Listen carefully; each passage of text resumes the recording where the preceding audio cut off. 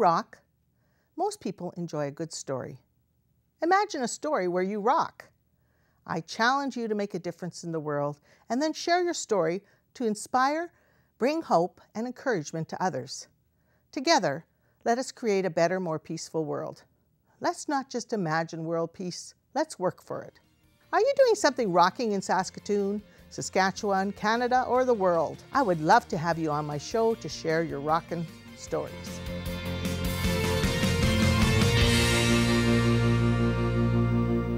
We are here with Arthur Slade and the writer-in-residence. Welcome.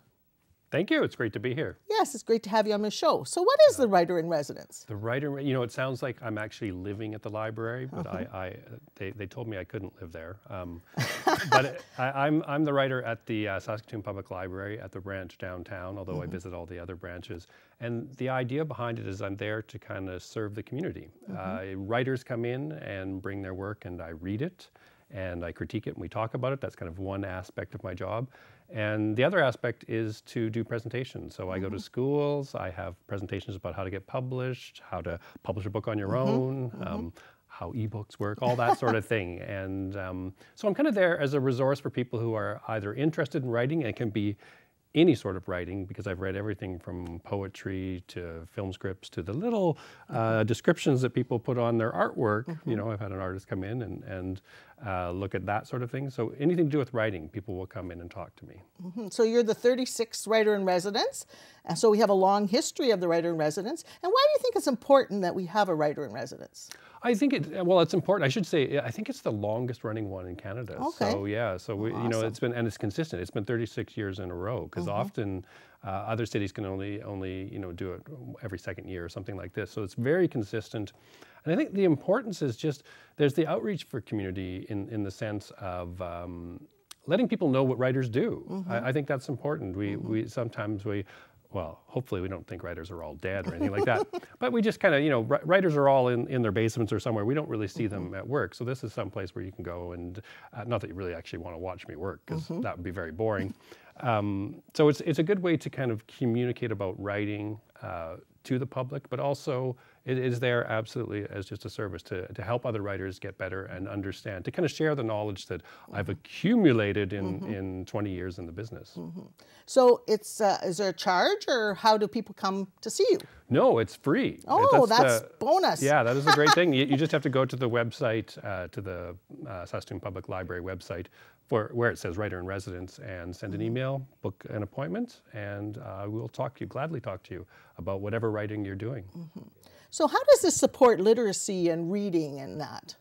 Well, I think it does in kind of in a general way. It's not a direct support in that I'm not. I mean, because I'm doing presentations at schools, then I'm helping students, you know, understand why literature is important, why not even so much, well, it's why literature is important, but also why creativity is important, why you need that in your life. So I think that's a really important part of what I do. So that's a good question. Why do we need the arts? Why do we need literature and books and that? Because we want to have fun. It is. It's very entertaining. Yeah, it is. I'm part of it. A big part of it is entertainment, but also I think any type of literature, and I'm including science fiction, fantasy, young adult, you know, and romance. All of those things that we read, they make us better people. They make us understand, and they make us more empathetic. And there are studies done on that. So all of that is important, but also, I don't know, it's important not to just think about our jobs all the time. And it's important to have kind of a break from life, and important to think about, you know, other worlds and other places you can go. So all those things are part of, you know, what I do as a writer, but also as the writer-in-residence. And the creativity side is so important, I think, in the brain development, isn't it not? Or? It is. Oh, absolutely. And it has to be encouraged, especially that's why I love talking to the younger students, usually kind of grade 4 and up, and just the amount of creativity that they have, it's just kind of, it's still stunning to me, you know, and maybe more so as I get older. It's like, I can't believe you can think up all these thoughts so quickly. And I think it's really important to have that encouraged. So it's kind of an inspirational job. Would you view it as that? I think part of it is, yeah. Yeah. I mean, it's work too, in that I have to read other people's work and critique it. That takes time, but it really, that's what I'm there as a resource, as partly, I guess, as an inspiration too. So what were some of the events that you have been doing so far? Well, sometimes I've been MCs, or an MC, or I've spoken at kind of different. I've been invited to speak at schools. I did a presentation at a technical company, a tech company called Vendasta in Saskatoon, where it was a really neat idea. Every Friday, or maybe it's every second Friday or something, they have speakers come in and talk to all their employees about, not about their jobs, but about whatever topic is they thought was kind of interesting that week. So one week it was literature. So there were 3 writers who came in and talked about literature, and you're not used to doing that to a tech audience, right? But they were really receptive, and to me, that's fostering the creativity of the people who are working for you. They're both entertained, I hope, by the presentation, but also they will, with their jobs, that will kind of filter down into their jobs, and they'll hopefully be more creative in their jobs. So those are some of the things that I do. Those kind of talks. I've done a presentation on how to publish ebooks and how to sell them and how to, I was going to say make millions of dollars, but that wouldn't be quite correct. But I did have an ebook briefly outsell Stephen King, so that's my one claim to fame. It didn't make me a lot of money, but just for one day. Hey, you got to take all those accolades wherever we can get them. That's right. I know for one day he was jealous of me, I'm sure, if he happened to look on the charts that one day. Yeah. Well, that's why I wanted to have you on our show, because you rock, and I know you do a lot of writing, and you have 20 books out, is it? Yeah, 19. I'm just working on my 20th right now. Isn't that a wonderful accomplishment? And that really, I think you're an inspiration for other people. And I think developing the whole person is important, and that's what you were talking about when you do your presentations, how important it is to develop and healthy for society. Yeah, I think it's anything that we do, but in creativity, is going to help us adjust to when bad things happen in our lives, or when things change. Just because the political climate changes, whatever your jobs change, all those things can kind of be understood or balanced at least a little bit by what you've read and what you do as a creative person, so that you don't just identify as I do this. I could do all these other things too. I can be creative and do all these different things, but I also do this really well. And I feel somehow the arts are a voice for things that are happening in society. Do you not? Like, there's many different issues that are related through the arts. Yeah, absolutely. I think the arts and I mean, obviously I'm more kind of geared towards literature, but it really does give voice to all the different ethnic groups. It's a place where you can speak and can get your message out to the rest of the world, and it really helps, in terms of understanding where we all come from and what our different religions are, what our different beliefs are, and as I said, it helps in empathy and just makes us, I guess, more cohesive as kind of a human group. It is, and more understanding of other cultures and tolerance, and that develops peace. And I think that peace is a very good thing for society. I'm all for peace. Yeah, it's environmentally friendly too.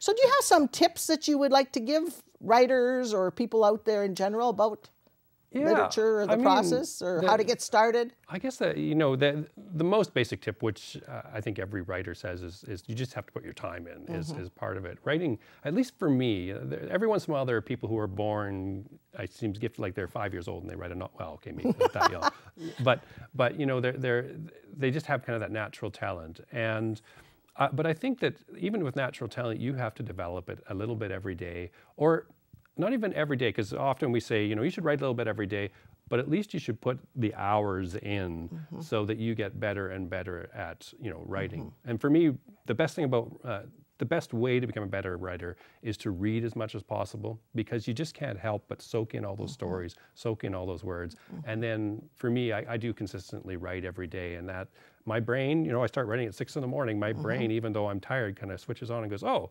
this is when I write. Okay, I remember that now. And then, things start to flow. But that took kind of years of practice of getting up at 6 a.m. Sure. And eventually it became kind of natural for me. So those are kind of two things that I would concentrate on. And reading is very important for developing the brain too. And the library, we have very good library in Saskatoon. Yes. And I believe Saskatoon has one of the highest people that take out books, like. Yeah, they do. Absolutely. They have a really a big audience, and it's a really good system. We're really lucky in Saskatoon, and I feel extra lucky because I'm like working right there.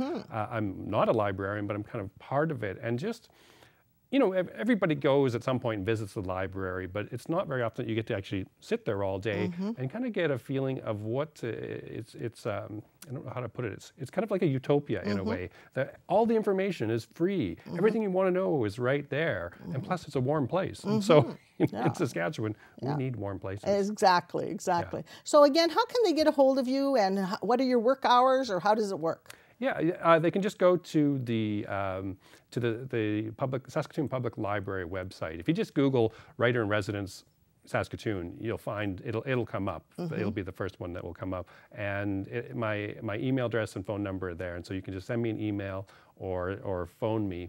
I work Tuesdays and Wednesdays, so it's a tough week, and and so people book an appointment. Usually in the mornings I'm reading people's work, and in the afternoon is when I meet with people and talk to them about it. So yeah, once you book an appointment, and we can chat about anything. Often people will come. They're just not sure about whether they want to write or not, and so they'll come and talk to me about that, or they'll already have written something. They just want to know how do I go out and get it published? What do I do with it next? So anything that people are interested in terms of writing, I'll gladly talk to, and any ages, everything from for every age from about 14 to almost, I think, 90 have been the people I've been speaking to. Is that right? So any age could come down. Yep. Doesn't matter how old you or young you are. Yeah. Well, isn't that a wonderful resource? And congratulations, and actually congratulations on being nominated for a Saskatchewan Book Award. Yeah, thank you very much. It's always a wonderful honor. Well, thank you for being on my show. Yeah, you're welcome. We'll be right back with Brenda Baker.